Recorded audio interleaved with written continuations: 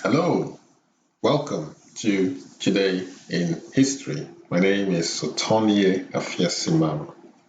So in our usual tradition, let's roll back the blind, and this time we're going back to the year 963. So his name is Nicephorus II, and he was crowned Emperor of the Byzantine Empire in the Hagia Sophia by the patriarch Polyeuctus. His military achievements against Muslim Arabs contributed to the resurgence of Byzantine power in the 10th century. So that's a painting of what happened on this day. Nicephorus, that's him there, or Nicephorus, crowned Emperor of the Byzantine Empire, August 16th, 963 AD. Let's move on to the year 1819, 201 years ago, and this happened in my neck of the woods, will you believe it? Manchester. So this is a reenactment of the Peterloo Massacre.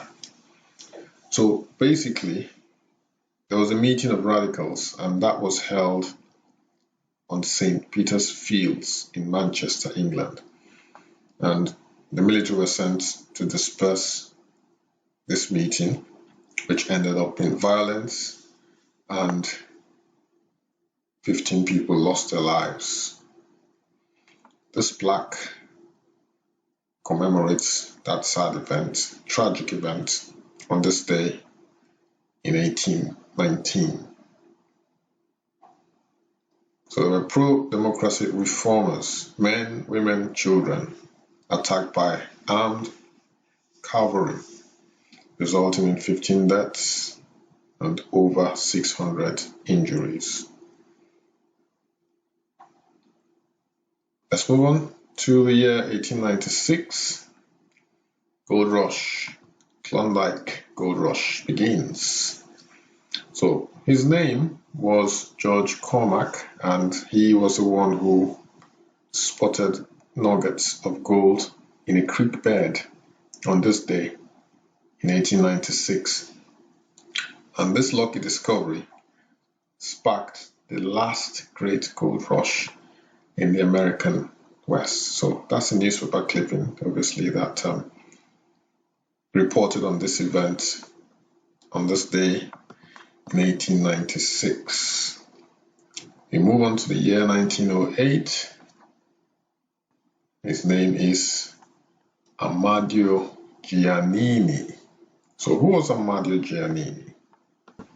He was a banker and an entrepreneur. Nationality United States of America, well, originally from the name Italian.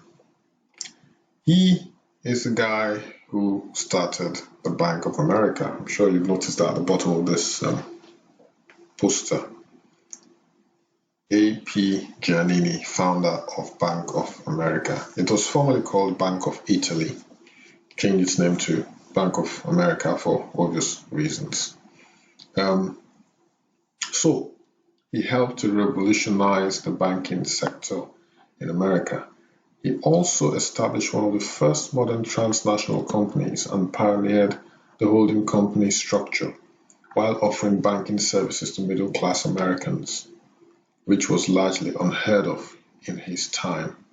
He was born on the 6th of May 1870 in San Jose, California, USA. We move on to the year 1913. Menachem Wolfowitz Begin was his name. This is one of his quotes. We were granted the right to exist by the God of our fathers at the glimmer of the dawn of human civilization nearly 4,000 years ago. For that right, which has been sanctified in Jewish blood from generation to generation, we have paid a price unexampled in the annals of the nations. So, this is Menachem Wolfowitz Begin, Prime Minister of Israel from 1977 to 1983. He was born on this day in 1913. He was also co-recipient with Egyptian President Anwar Sadat of the 1978 Nobel Prize for Peace. He was born in Russia, interestingly, in a place called Brest-Litovsk, now in a country called Belarus. He died on the 9th of March 1992 in Tel Aviv, Yafo, Israel. He was a Zionist leader who was Prime Minister, like I mentioned earlier, of Israel from 1977 to 1983. Let's move on to the year 1922. And on this day, Louis Emmanuel Lomax, or Louis Emmanuel Lomax. Not sure how he pronounced his name, but yeah, Louis is spelled L-O-U-I-S, so very likely Louis. That's him there. Born on this day, 1922, he was an African-American journalist and author. He was also the first African-American television journalist. Lomax attended Payne College in Augusta, Georgia, where he became editor of a student newspaper before he graduated in 1942, so at the age of 20. He pursued graduate studies at American University, where he was awarded an MA in 1944. So at the age of 22, he already had his master's. Stay with me on this. And Yale University, where he earned a PhD 3 years later in 1947. So this smart guy already had a PhD by the time he was 25. Wow. So Louis Emmanuel Lomax, the first African-American television journalist, born on this day in 1922. Also born on this day, a year later, Shimon Peres, Prime Minister and President of Israel. And this is a picture of good old Shimon Peres.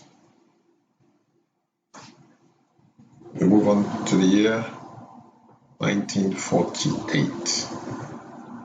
And Babe Ruth dies on this day. He was a baseball legend, and his full name was George Herman Ruth. He died from cancer in New York City.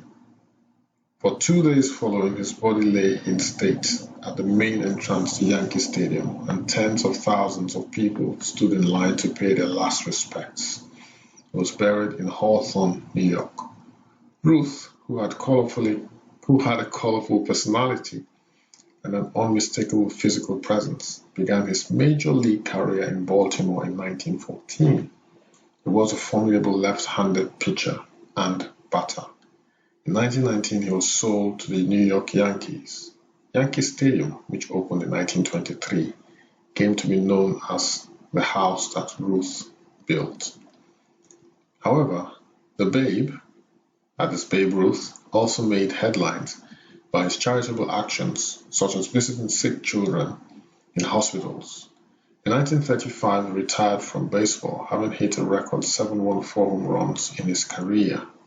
In 1946, Ruth was diagnosed with throat cancer, but doctors could do little. Early the next year, treatment ended. On June 13, 1948, a uniformed Ruth appeared at Yankee Stadium one last time to retire his number. On August 16th, he died of cancer at the age of 53. He died quite young. So that's Babe Ruth, the famous Babe Ruth, who died on this day in 1948. Let's move on to the year 1958. This famous singer, beautiful lady Madonna, is born. Full name, Madonna Louise Ciccioni, is an American singer-songwriter, actress, author, and record executive. She's been referred to as the Queen of Pop since the 1980s and is regarded as one of the most impactful figures in popular culture. Despite her numerous accolades and record-breaking music sales, she's ranked as the best-selling female recording artist of all time by the Guinness World Records. The Queen of Pop has had to face persistent sexism and ageism throughout the years. Anyway, that's Madonna for you, who turned 62 today. So happy birthday, Madonna, the Queen of Pop. Let's move on to the year 1960. The country is Cyprus. It's an island in the Mediterranean, and it became an independent republic after the Zurich and London Agreement between the United Kingdom, Greece, Turkey, and Cypriot community leaders. Now, the community leaders were Archbishop Macarius III, who represented the Greek Cypriots, who account for about 80% of the population of Cyprus, so 442,000, nearly 80%, 77.1% are Greeks. And then the person who represented the Turkish Cypriots was a man called Dr. Fazil Kucuk. And the population of the Turkish Cypriots is 104,000, so 18.2%. And then the 27,000 or 4% are people from other ethnic nationalities. So that's what happened on this day. Essentially, Cyprus was independent on this day in 1960, just to put it simply. 1977. On this day, this legend called Elvis Presley, if I can find his picture. We got there in the end, my apologies. Called the King of Rock and Roll, brought legions of mourning fans to Graceland when he died on this day in 1977. His mansion in Memphis was called Graceland. Doctors said he died of a heart attack, likely brought on by his addiction to prescription barbiturates. Elvis Presley. Now this is an interesting story. He was born in Tupelo, Mississippi on the 8th of January 1935. His twin brother Jesse died during birth. Elvis grew up dirt poor in Tupelo and Memphis and found work as a truck driver after high school. When he was 19, he walked into a Memphis recording studio, and I'll stay with me on this, and paid $4 to record a few songs as a present to his mother. This is interesting because, this young man just innocently walks into a recording studio. He knew he could sing, he knew he liked singing, but he wanted to give his mom a gift. And that's when his life turned around. Now, so he goes into this recording studio, pays $4 to record a few songs as a present to his mom. Then Sam Phillips, the owner of the studio, was intrigued by the rough, soulful quality of his voice and invited Presley back to practice with some local musicians. After Phillips heard Elvis sing the rhythm and blues song That's All Right, which Presley imbued with an accessible country and western flavor, he agreed to release the rendition as a single on his Sun Records label. The recording went to the top of the local charts, and Presley's career was launched. Wow. So just a simple thing. I'm going to sing for my mom, for her birthday, to give her a birthday gift. And there you go. Voila. He found his mojo from a truck driver to an international star to a millionaire. So anyway, little beginnings. And this was someone who just wanted to give a gift to his dear mom. And it paid off. So let's move on to those pictures that you saw earlier. My mistake, I've God knows how many takes I've had on this already. I probably put it out there so that you guys can watch and laugh. But yeah, determined not to do another take on this one. So, Idi Amin, his name is Idi Amin, and this is what he looks like. I'm sure you've seen the picture already. So this is the man, Idi Amin. He died on this day in 2003. Good riddance, I would say. He was a Ugandan military officer who assumed the country's presidency in 1971 until 1979, following a coup, and became known as the Butcher of Uganda for his brutality. He died in Saudi Arabia on this day. So, go check out my other video. I may put a link here. I did talk about him. He was played by an actor during the movie called, I was trying to remember now, where these Israelis raid on Entebbe. Yeah, so it's called Raid on Entebbe. And the guy who played him did a very, very good job. So essentially, Raid on Entebbe was about rescuing some Israeli passengers who had been held hostage at Entebbe airport. And the raid was very successful. There was one fatality, I think, who happened to be a brother of a former Israeli president. So go check out the video. I'll leave the link up here in the description. So to your top right hand corner, it should be coming up about now. Okay. 2018. On this day, sadly, we lost this lady, Aretha Franklin. She defined the golden age of soul music of the 60s and was known as the Queen of Soul. She was 76 when she died in 2018 on this day. Her full name was Aretha Louise Franklin. I said earlier, we all know she was a singer, songwriter, actress, pianist, and civil rights activist. I didn't know about the civil rights activist bit.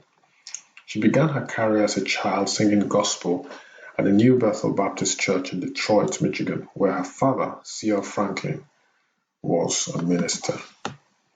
So that's Aretha Franklin for you, who died on this day exactly 2 years ago.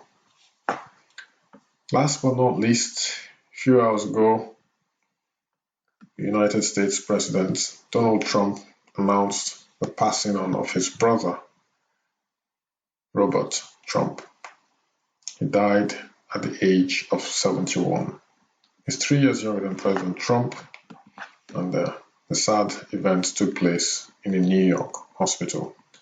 He had been reportedly hospitalized in the intensive care unit for several days in June, but details of his illness have not been released.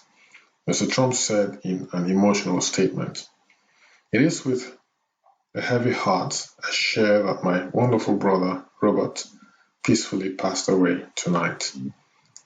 He was not just my brother, he was my best friend. He will be greatly missed, but we will meet again. His memory will live on in my heart forever. Robert, I love you. Rest in peace." On that sad note, we end today's Today in History. Hopefully, you'll join me tomorrow for another edition of Today in History. Like this if you like the video by giving me a thumbs up. That would be very much appreciated. Also, consider subscribing to my channel and you'll receive notifications whenever I release a new video. In the meantime, stay safe and I shall see you tomorrow, August 17th, for another edition of Today in History. Bye-bye.